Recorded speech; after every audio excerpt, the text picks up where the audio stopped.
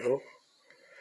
Good morning, Americans. This is your favorite alien here on the morning of Wednesday, March 8th, 2023, sitting in for Paul Harvey. Stand by for the rest of the story. Well, this is a continuation of Paul Harvey's The Rest of the Story that he did back in 1965. And I call it the Declaration of Independence, a document that none of you Americans have ever read, cared for, or done anything about. Just like you haven't read your preamble to the Constitution, or the Constitution itself. Yeah, that's how good you guys are. Well, as Mr. Harvey tried to tell you back in 1965, and I'll reiterate it here, read the last paragraph of your Declaration of Independence. And then look at the Declaration of Independence. There's 56 signatures there. 56. Okay? The last paragraph of the Declaration of Independence has in it, as the last line, we herefore bind ourselves to, and this is a paraphrase, okay, because I don't have it in front of me. We herefore put our lives, our fortunes, and our sacred honor in signing the document, is what they meant. Okay? And that's what that line says. We herefore forfeit, if we have to, our fortunes, our lives, and most of all, our sacred honor. You must understand the 18th century. Those were the three most important things in the 18th century, especially to an aristocratic European, i.e. British, subject.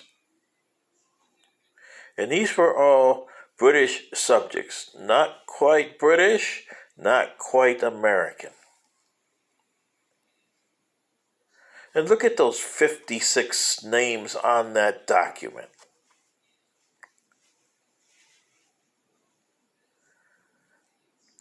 And check them out. What happened to them? And there's just one sacred name there that's bigger than anybody else's. And you guys looked at it. Yeah, I know. It's a life insurance company. Really? Yeah. Well, it is John Hancock Life Insurance Company. But John Hancock, he was an interesting guy. Now, unlike other revolutions in the world,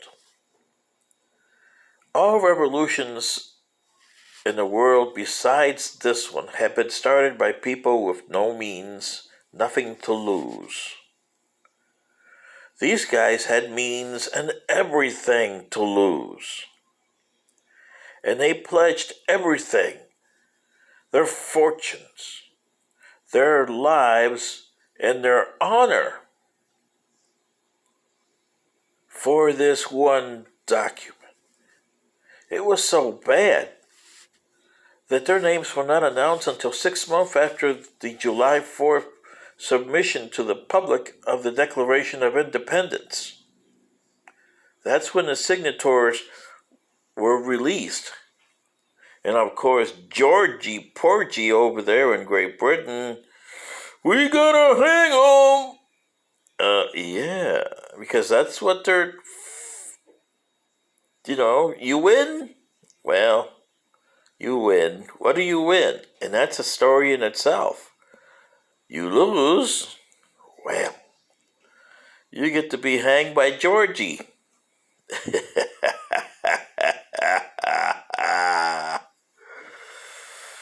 Yeah.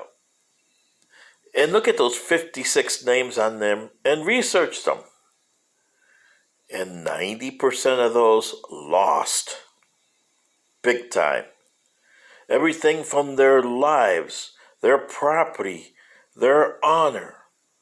Some lost their wives. Others lost their kids. But they lost everything that they had.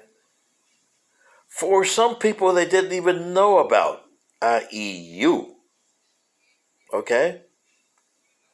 That is something that in the planet that has not been repeated since or before. 56 people signing a document that have the means and would never have signed this document.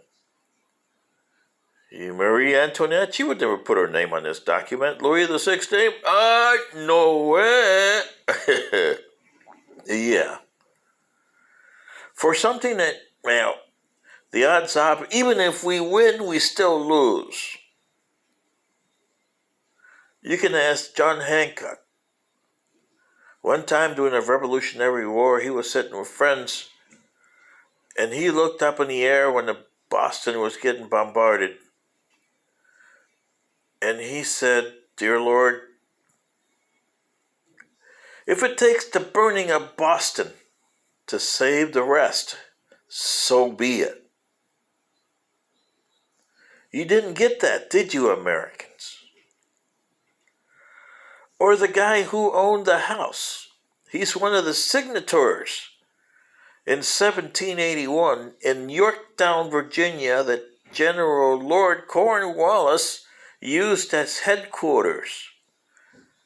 And he went up to General Washington and told him, "You have my permission to blow the house to kingdom come." And that's his property. He eventually lost it. He never got it back. A lot of these 56 people never survived the war, or if they did, they died shortly after 1781. Like I said, 90% of them lost everything. Their fortunes, their honor, their lives, and their children's lives and wives' lives too. And this is something I never teach you, Americans. The blood and the sweat that went into your Declaration of Independence and the pledge that was put in there by the 56 people who signed it, knowing that they would never know the outcome for the most part. Some lived not the lives that they did before because they never accumulated the wealth that they had when they went in. This is what Paul Harvey was trying to tell you in 1965. And you guys blew him off. Therefore, you know nothing of your heritage and nothing of yourselves as being American. Sitting in for Paul Harvey and looking up to him and saying, "Boss and Mr. Harvey up there, it's a shame that the Americans have turned out this way." Good day.